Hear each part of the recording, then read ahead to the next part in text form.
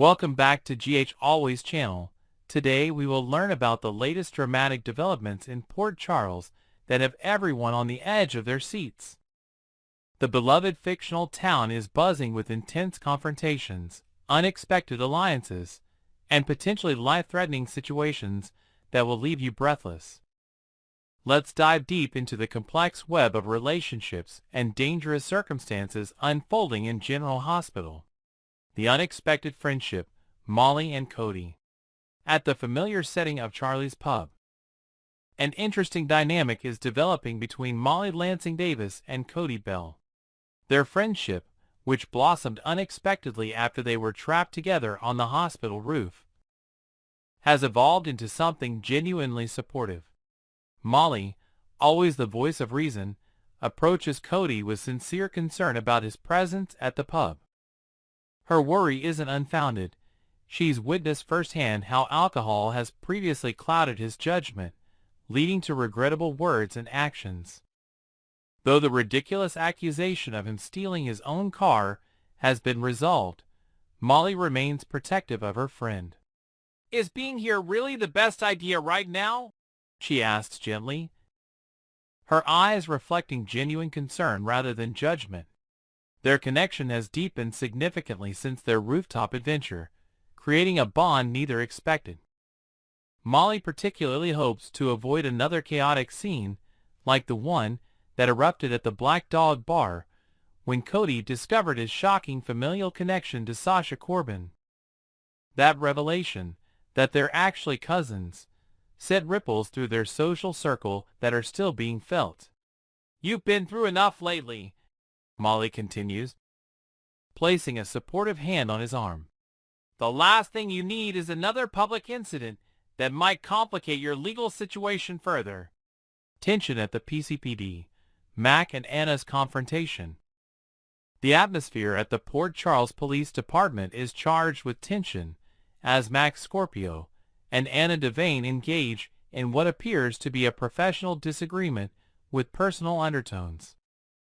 Standing just outside the commissioner's office, Mac presents Anna with documents that clearly contain information that might change her perspective. "I'm not sure you'll feel the same way after reviewing these," Mac says with the confidence of someone who's found crucial evidence. His tone suggests a role reversal. The usually by-the-book Mac is now advocating for flexibility, while Anna seems to be standing firm on protocol. The papers he hands her could relate to several ongoing investigations, perhaps the controversial demolition of the Quartermaine crypt, or possibly something connected to Valentine Cassidy's latest maneuvers. Whatever the contents, Mac's expression suggests he believes they're significant enough to warrant a reconsideration of Anna's position. "Take your time," he adds, his voice softening. "But I think you'll see there's more to consider here than initially appeared." Heartbreak in the office. Emma's disappointment. Inside Anna's office, an emotional scene unfolds as Emma Scorpio Drake expresses profound disappointment in her grandmother. The young woman's eyes glisten with unshed tears as she processes what appears to be a betrayal of trust. "I can't believe you just said that," Emma exclaims, her voice breaking slightly.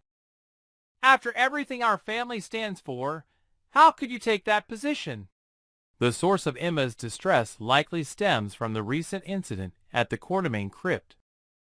When Anna arrived to take both Emma and Tracy Quartermaine into custody, finding them shackled together in an attempt to prevent the demolition, Emma expected her grandmother to understand their cause.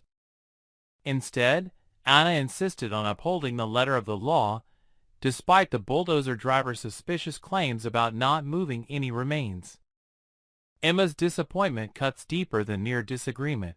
It represents a fundamental clash between her idealism and Anna's professional obligations.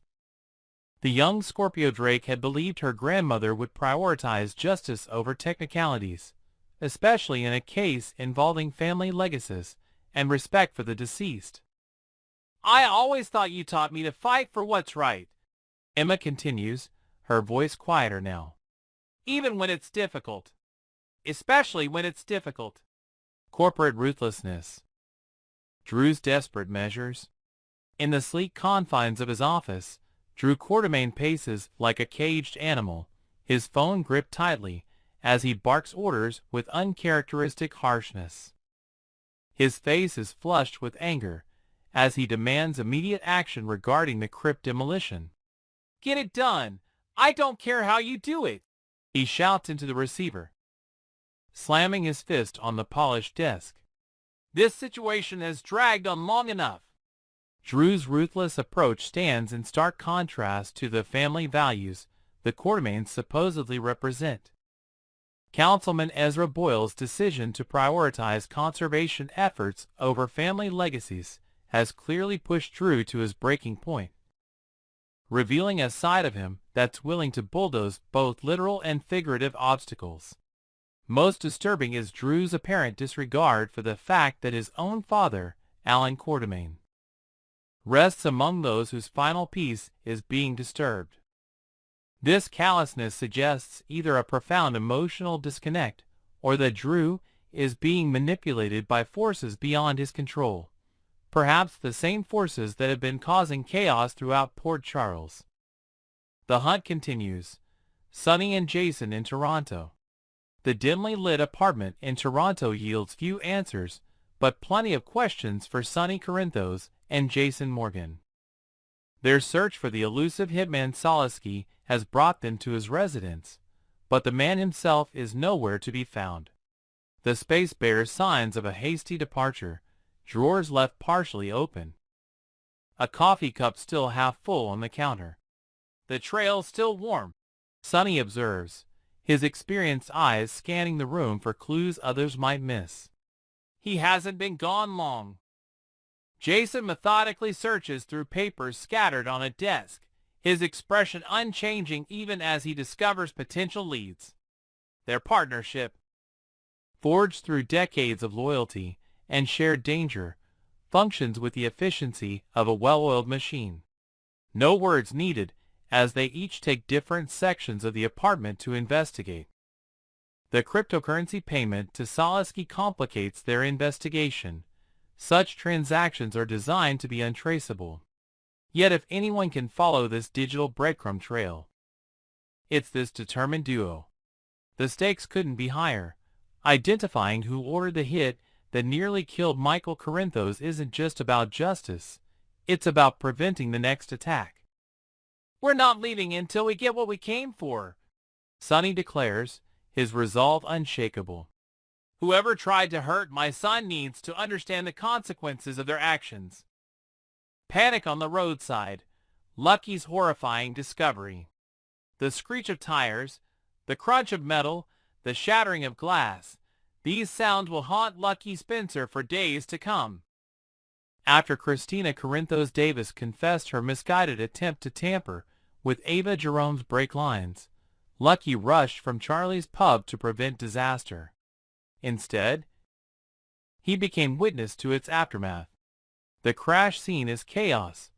Flashing emergency lights illuminate twisted metal as first responders work frantically.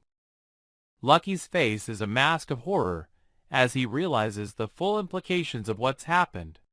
Christina's intended target wasn't the victim. Instead, Rick Lansing and Elizabeth Baldwin were in the car that lost control, all because Rick had parked in Ava's designated spot. "Sir, you need to stay back," a police officer shouts, physically restraining Lucky as he tries to push through to the wreckage. "We're doing everything we can for her."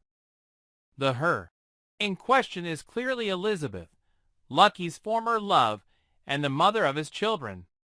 His panic is palpable, his breathing ragged as he watches paramedics working with urgent precision.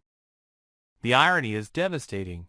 Christina's misguided revenge against Ava has potentially claimed innocent victims instead. "Please," Lucky begs, his voice barely audible over the sirens. "Please let me through. I need to know she's okay." The accident represents more than just a physical collision. It's the violent intersection of multiple storylines. The inevitable consequence of secrets, lies, and misplaced vengeance that have been building for weeks in Port Charles. As night falls over the crash site, the future hangs in precarious balance for everyone involved. Will Elizabeth survive? Will Christina's role be discovered? And how will this tragedy ripple through the interconnected lives of Port Charles residents? Stay tuned to our channel for more in-depth analysis and breaking updates on these developing stories from General Hospital.